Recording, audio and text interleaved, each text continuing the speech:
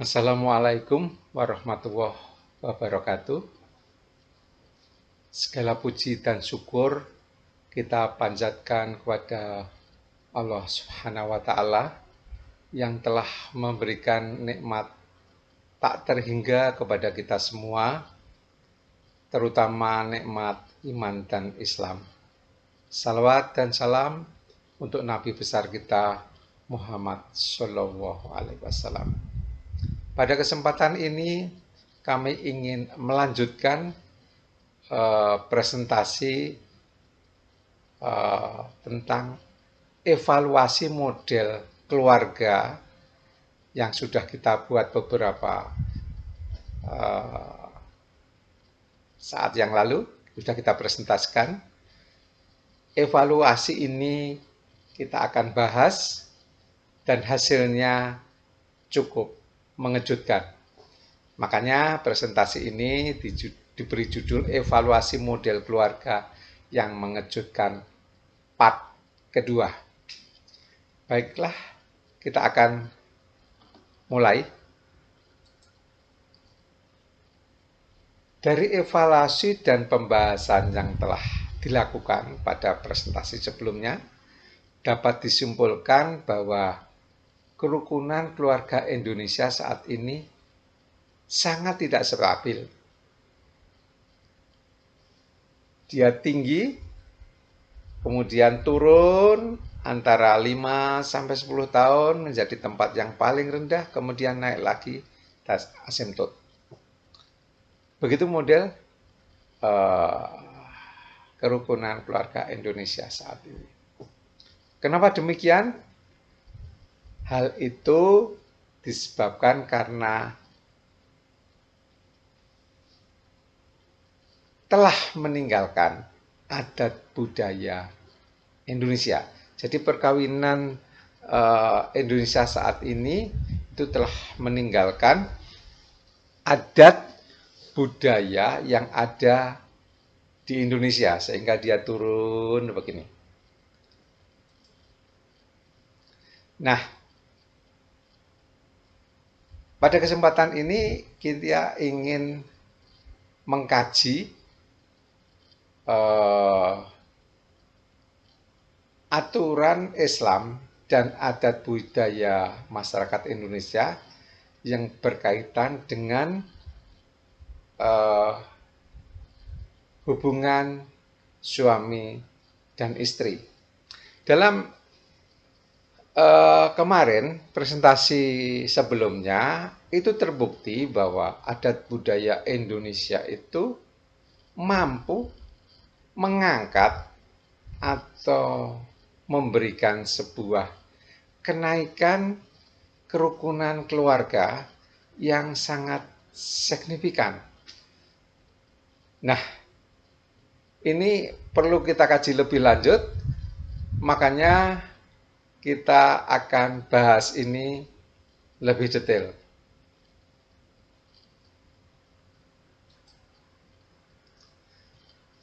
Kita akan coba lihat bahwa ada peraturan di agama Islam, ada hal-hal yang dilakukan pada perkawinan budaya Indonesia masa lampau. Ini kaitannya cukup erat.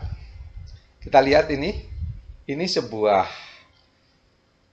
kewajiban suami istri menurut aturan Islam. Ini disampaikan oleh Dr. Miftah Farid, di mana ada kewajiban utama, kewajiban kedua, dan ada sunat bersama. Kewajiban utamanya adalah kewajiban suami terhadap istri, kewajiban istri terhadap suami. Kemudian kewajiban yang kedua adalah kewajiban bersama suami istri, dan kemudian disusul dengan sunat bersama suami istri. Nah, skema kewajiban suami dan istri menurut aturan adat budaya Indonesia yang telah terbukti menyebabkan kurva model keluarga masa lampau meningkat pesat, itu kuncinya ini sangat diperhatikan. Jadi kewajiban utamanya itu sangat diprioritaskan dan sangat diperhatikan, yaitu kewajiban suami terhadap istri dan kewajiban istri terhadap suaminya. Nah, kalau kita coba perbandingkan ini antara ini aturan di dalam Islam, ini sesuatu yang dilakukan oleh model keluarga masa lampau. Sama persis, ini yang dijadikan titik utamanya adalah kewajiban utamanya, yaitu kewajiban suami terhadap istri, kewajiban istri terhadap suami diutamakan. Nih, diutamakan. Apa sih sebetulnya di dalam aturan Islam rincian kewajiban suami terhadap istri dan rincian kewajiban istri terhadap suami? Mari kita lihat kewajiban suami terhadap istri. Pertama, memberi nafkah lahir batin. Kemudian, memimpin dan mendidik istri. Menggauli dengan baik. Tidak membuka rahasia istri, tidak menyakiti istri. Suami yang paling baik, ini kuncinya ya, yang terakhir.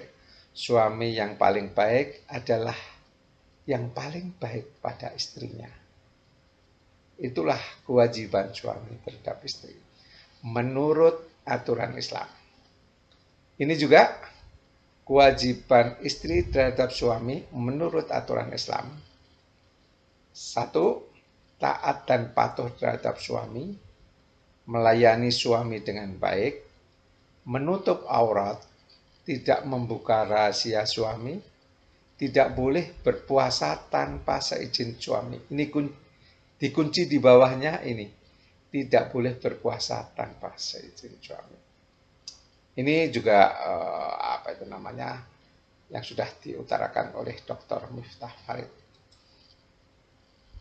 Nah, kita akan coba perbandingkan antara aturan-aturan yang ada di dalam agama Islam dan yang ada di dalam adat budaya Indonesia.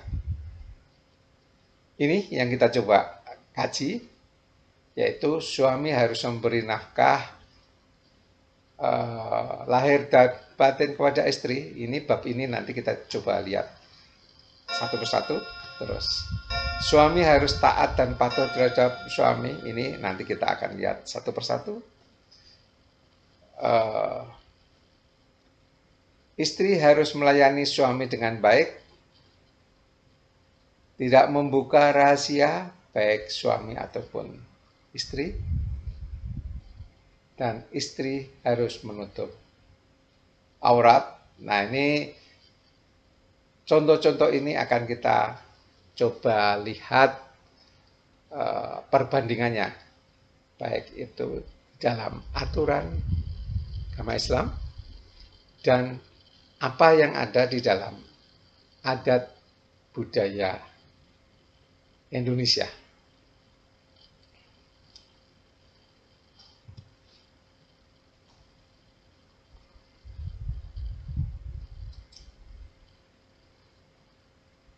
Mari kita mulai perbandingan-perbandingan itu, kita lihat.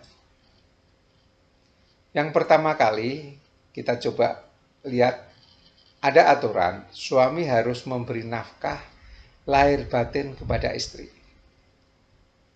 Kita lihat ya.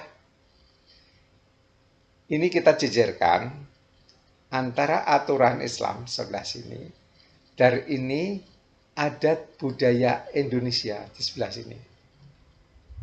Ada kesamaan apa tidak? Coba kita bacakan ya. Ini aturan Islam. Itu tercantum di dalam Quran surat 4 ayat 34. Kaum laki-laki itu adalah pemimpin bagi kaum wanita. Oleh karena Allah telah melebihkan sebagian mereka, yaitu laki-laki, atas bagian yang lain, yaitu wanita. Dan karena mereka laki-laki telah menafkahkan sebagian dari harta mereka. Sebab itu maka wanita yang saleh ialah yang taat kepada Allah bagi lagi memelihara diri ketika suami tidak ada. Oleh karena Allah telah memelihara mereka dan seterusnya. Nah, kita coba perbandingkan di sini. Ini adat budaya Indonesia mengatakan, adat Jawa mengatakan bahwa suami dalam memimpin harus melakukan aturan sebagai berikut. Ini bisa kita terjemahkan memimpin istri ya. Ing ngarsa sung tulodo, ing madya mbangun karsa, tutpuri handayani. Artinya, bila di depan memberi teladan, di tengah memberi dorongan, dan bila di belakang mengikuti dengan baik. Ini aturan yang ada di budaya Indonesia. Ada lagi, di dalam budaya Indonesia, suami wajib memberi nafkah istrinya. Hal tersebut dilambangkan dalam pengantin Jawa, adat pengantin Jawa ya. Pengantin pria memberi beras kepada pengantin wanita. Hal itu mengisyaratkan bahwa suami harus memberi nafkah kepada istrinya. Dalam ritual pengantin Jawa memang ada laki-laki memberikan beras kepada pengantin wanita, begitu.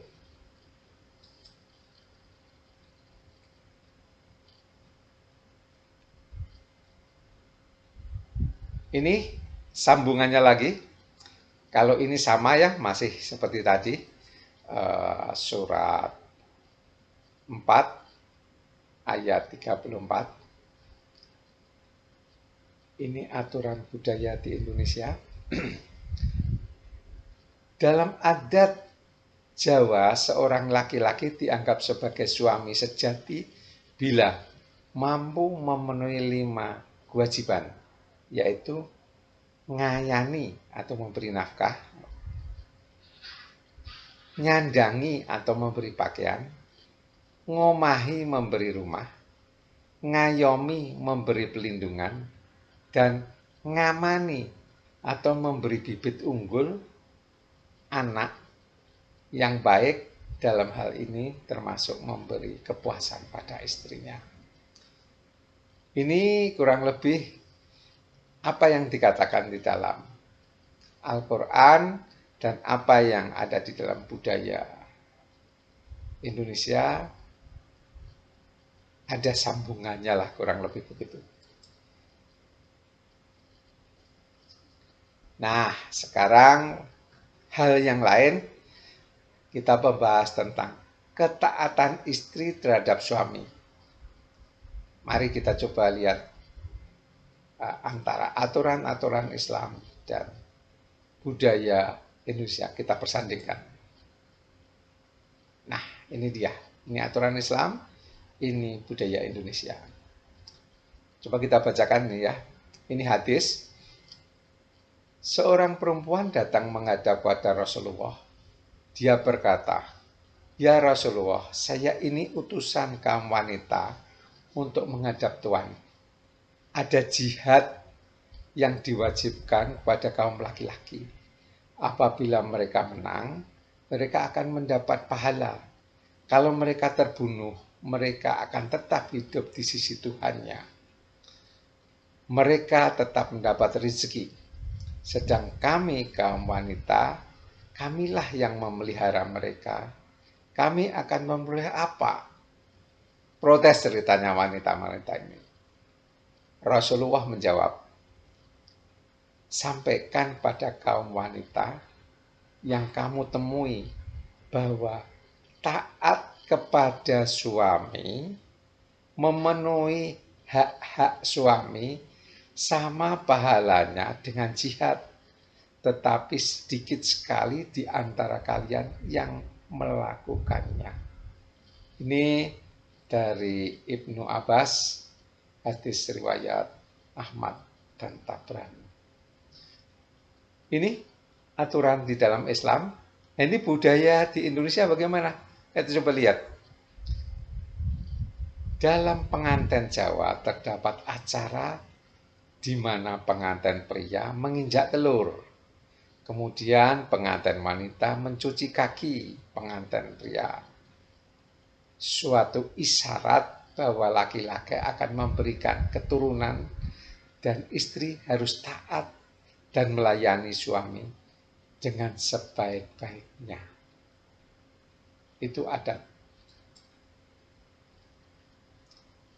Adat budaya Jawa juga mengatur istri sebagai berikut. Nah, surga nunut, neraka katut. Artinya, istri harus mengikuti apa saja yang dilakukan dan dikehendaki suami. Harus taat, ceritanya begitu ini. Adat budaya Indonesia.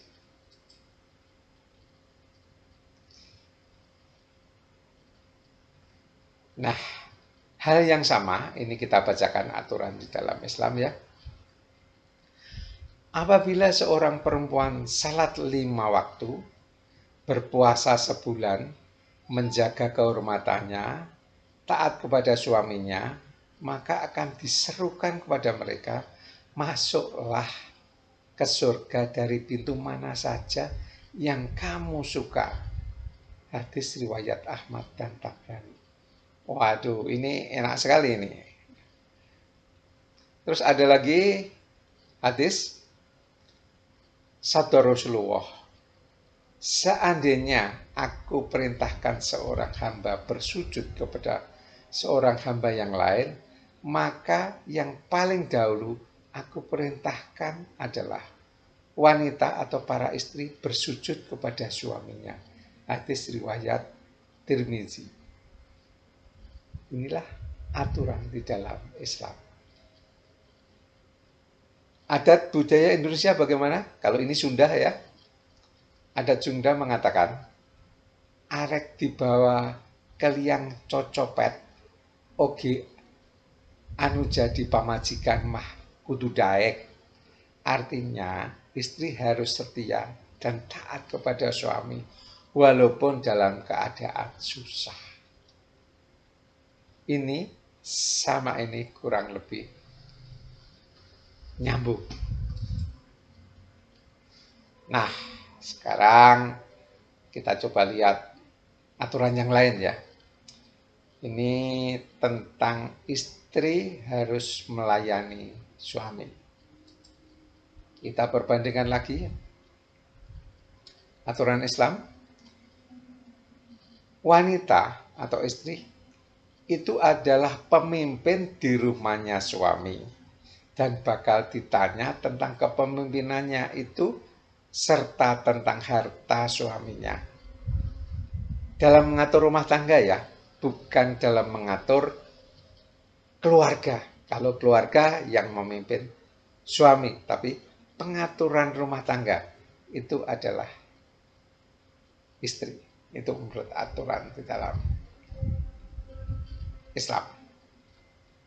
Sabda Rasulullah, sebaik-baik istri ialah jika kamu memandangnya, maka kamu akan terhibur.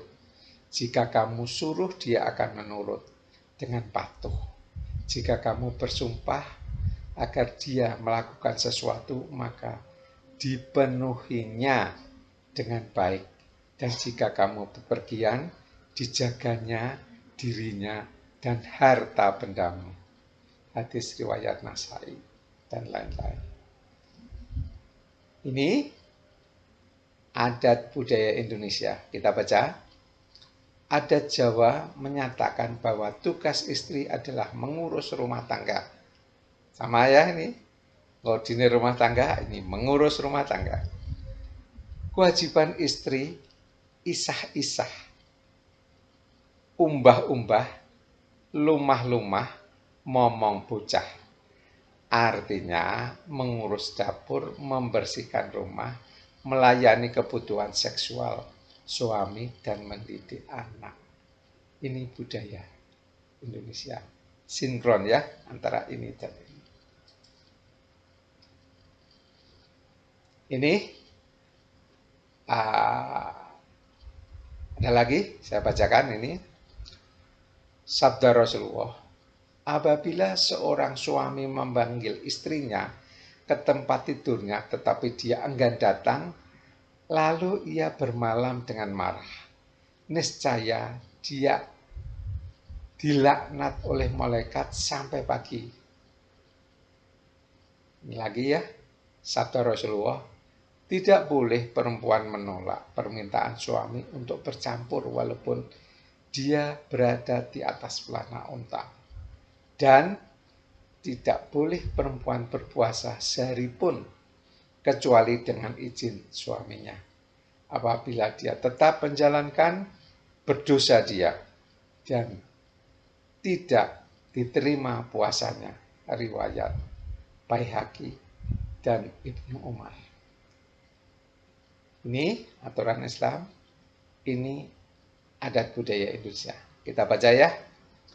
Ada Jawa mengatakan, senajan wong wedok pintere sundul langit, ning tundune mengumplek ana dapur. Artinya, sekalipun sangat pandai, wanita tetap di dapur bekerja untuk melayani suami. Ada kesambungan ya antara ini dan ini. Nah, itulah yang dapat saya sampaikan. Sekarang kita beralih kepada hal menutup aurat dan kepada siapa aurat boleh dilihat. Nah, ini aturan Islam yang ini. Katakanlah kepada wanita yang beriman, hendaklah mereka menahan pandangan mereka dan memelihara kemaluan mereka.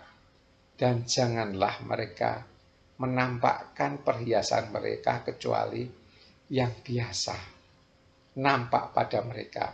Dan hendaklah mereka menutup kain kudung kepada dada mereka. Dan janganlah menampakkan perhiasan mereka kecuali kepada suami mereka atau ayah mereka, atau ayah suami mereka, atau putra-putra mereka, atau putra-putra suami mereka, atau saudara-saudara mereka, atau putra-putra saudara laki-laki mereka, atau putra-putra saudara perempuan mereka, dan seterusnya. Dalam budaya Indonesia, di sebagian tempat daerah Jawa terdapat adat memingit wanita. Jadi wanita dilarang keluar rumah kecuali dengan pengawalan saudaranya atau kerabat dekatnya. Jadi ini juga sebuah budaya, tidak sembarangan orang wanita menampakkan sesuatu di depan umum. Itulah hal-hal yang dapat kita sajikan tentang aturan yang ada di dalam Islam dan apa yang ada di dalam budaya masyarakat Indonesia pada umumnya.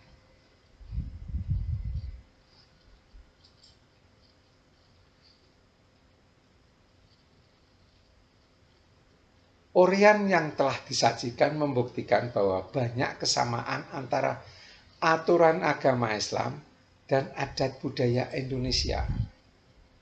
Hal tersebut dapat digambarkan dalam intersection himpunan aturan hubungan suami istri. Begini, kalau kita bisa coba gambarkan. Himpunan ini adalah himpunan adat budaya Indonesia. Dan ini adalah agama Islam. Ini intersection himpunan adanya kesamaan aturan di sini. Memang ada beberapa yang ini terlalu ekstrim. Beberapa aturan di dalam budaya Indonesia, dan ini aturan agama. Jadi hampir banyak aturan-aturan ini yang memang bersinggungan, boleh dikatakan sama.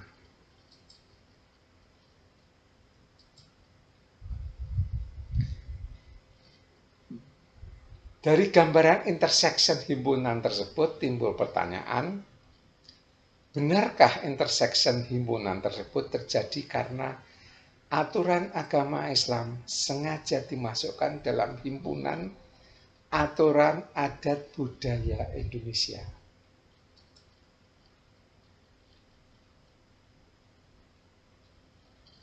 Kalau memang benar, apa buktinya? Mari kita lihat.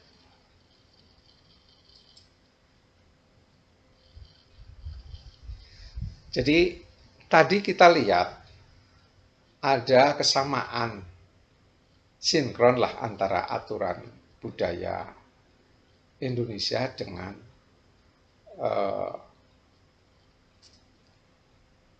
aturan agama Islam. Apakah ini ketidaksengajaan ataukah memang aturan Islam ini sengaja dimasukkan, diinfiltrasikan pelan-pelan gitu di dalam sebuah budaya Indonesia? Maka kita lihat ya, Islam masuk di Indonesia tidak dengan jalan perang, artinya tidak ada unsur pemaksaan. Mungkin hal ini dilakukan sesuai aturan agama Islam itu sendiri, nggak ada pemaksaan.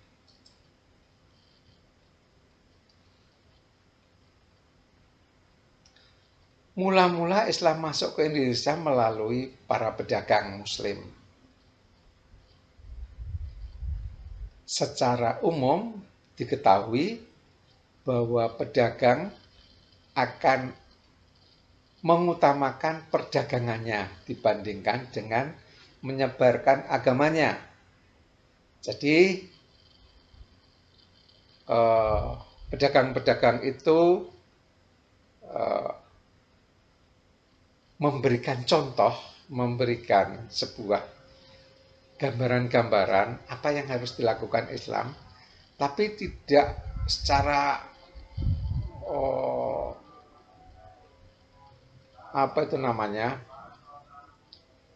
dipaksakan, kamu harus mengikuti saya, harus mengikuti, enggak. Jadi hanya memberikan contoh di pelabuhan-pelabuhan, di beberapa tempat yang sering masuk di situ. Lama-lama orang itu melihat bagaimana indahnya aturan-aturan Islam.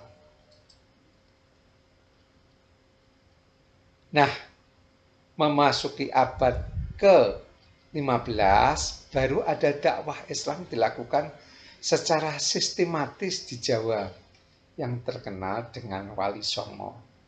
Dakwah itu pun dilakukan tanpa kekerasan, dimasukkan melalui budaya.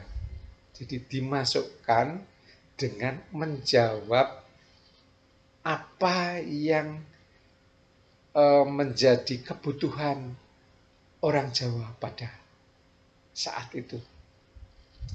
Kita tahu pada abad ke-15 di Jawa terjadi sebuah perang yang berkepanjangan, namanya Perang Paregreg. Di Majapahit, perang saudara, itu terjadi kelangkaan bahan makanan, kelangkaan macam-macam lah. Di situ Wali Songo di Gresik, pertama kali wali yang datang itu tidak mengatakan agama Islam mengajarkan tentang aturan-aturan, tidak, tetapi dia membuat sawah, menjawab tantangan apa yang diperlukan orang Jawa pada saat itu. Orang Jawa kelaparan, dibuatkan sawah. Maka orang Jawa akan sangat dekat dengan wali ini karena kebutuhannya terpenuhi. Sehingga lama-lama baru Islam dimasukkan dengan pelan-pelan. Agar tidak menimbulkan konflik agama Islam, disebarkan dengan menggunakan media adat budaya yang telah ada di Indonesia dan diterima sebagai adat budaya Indonesia. Hal tersebut dapat dibuktikan adanya peninggalan-peninggalan budaya yang dapat dilihat hingga saat ini. Contohnya ini, wayang dijadikan alat dakwah para wali di Jawa. Dalam cerita wayang di Indonesia ditemukan pengubahan cerita Mahabharata dari aslinya. Tokoh Pandawa Lima yang dijadikan sebagai simbol kebaikan mempunyai jimat yang sangat sakti bernama Kalimosodo. Kata Kalimosodo diambil dari rukun Islam yang pertama, yaitu kalimat syahadat. Jadi benar-benar yang namanya Islam dimasukkan dengan melalui budaya, pelan-pelan dimasukkan. Sehingga orang Jawa itu benar-benar tidak terasa bahwa sebetulnya budaya saya ini adalah budaya yang sudah terlapisi oleh aturan-aturan Islam. Banyak cara ritual keraton yang bertujuan mempublikasi agama Islam, antara lain nama sekaten diambil dari nama syahadatain yang artinya ikrar seseorang masuk agama Islam. Di Sumatera Barat telah menjadi suatu kata mutiara yang berbunyi adat bersandikan syarak, syarak bersandikan kitabullah. Artinya adat berdasarkan syarak yang diambil dari Al-Quran. Sekali lagi, masuk ke dalam budaya Indonesia dengan pelan-pelan sehingga orang tidak terasa itu bahwa di dalam budaya Indonesia ada aturan Islam. Banyak aturan Islam yang telah diterima menjadi bagian dari adat budaya Indonesia yang mungkin sebelumnya kurang populer. Antara lain adanya istilah-istilah dari bahasa Al-Quran, misalnya musyawarah, mufakat, taat, sabar, haram, najis, dan lain sebagainya. Istilah-istilah ini semuanya itu istilah Al-Quran. Tapi orang Jawa sudah menganggap bahwa itu adalah bahasaku. Begitulah. Bukan hanya orang Jawa, orang Melayu. Orang Melayu, orang Jawa, dan semuanya lah yang ada di Indonesia itu sudah menerima ini. Pada saat ini bahasa Jawa banyak menggunakan konsonan pertangan, yaitu e, bukan o. Maksud kami bukan a, bukan pula o. Itu berasal dari bahasa Arab. Dia menggunakan, contohnya begini. Orang Jawa bilang, aku loro. Sakit ya, bilangnya loro. Bukan lara, tapi bukan loro. Kalau lara itu lain lagi ceritanya. Kalau loro itu dua, itu loro. Nah, itu begini ceritanya. Dulu yang namanya bahasa Jawa aslinya itu seperti bahasa Banyumas. Ngapak, semua pakai A. Jadi, aja kayak anak, pakai A semuanya. Tapi eh, seorang budayawan, Raja Jawa yang terkenal anti VOC,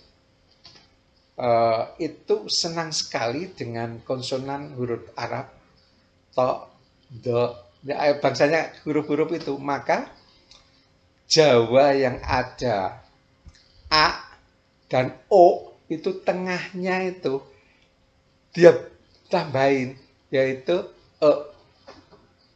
Jadi orang Jawa ada A, ada O, ada E. Jadi itulah karena mengadopsi bagaimana konsonan di Arab. Itu adalah sebuah bukti dialektika Arab yang masuk di dalam budaya Jawa, terutama Jawa Tengah ke Jawa Timur.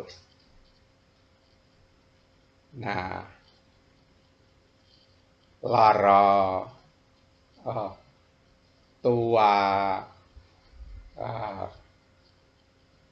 itulah bahasa huruf-huruf pertengahan. Yang aslinya bahasa Jawa itu semua ngapak, pakai A gitu. Tapi itu apa itu namanya? Ada sebuah konsonan pertengahan antara A dan O. Terus ada juga pemakaian ejaan bahasa Indonesia menggunakan esi, sya, kh, dh, a. Nah, ini kan semua dari Arab ini.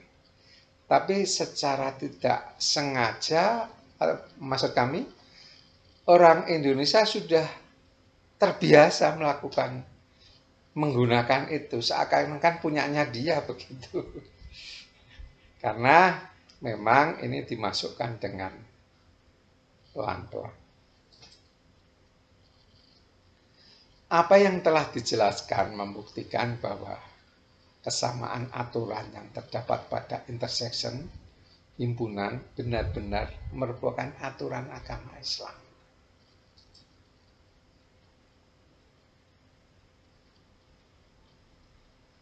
Aturan tadi membuktikan bahwa banyak kesamaan antara aturan agama Islam dengan adat budaya Indonesia.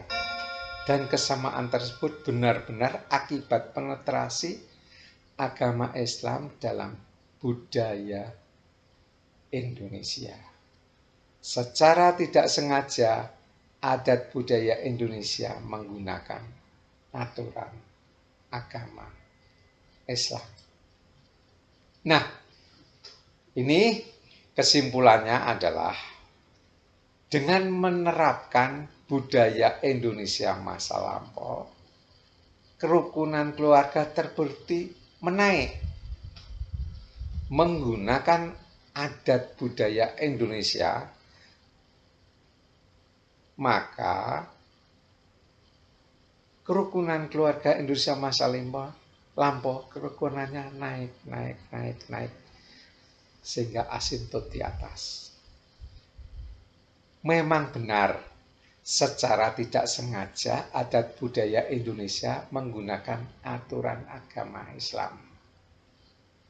Nah, perkaranya adalah mengapa kita harus pakai tidak sengaja? Karena sudah terbukti itu bisa menaikkan kerukunan keluarga. Makanya lebih baik disengaja daripada tidak disengaja. Pakai aja lah aturannya dari aslinya. Itu akan lebih baik. Jadi langsung saja pakai aturan dari sumbernya saja, yaitu Islam. Itulah yang dapat saya sampaikan tentang evaluasi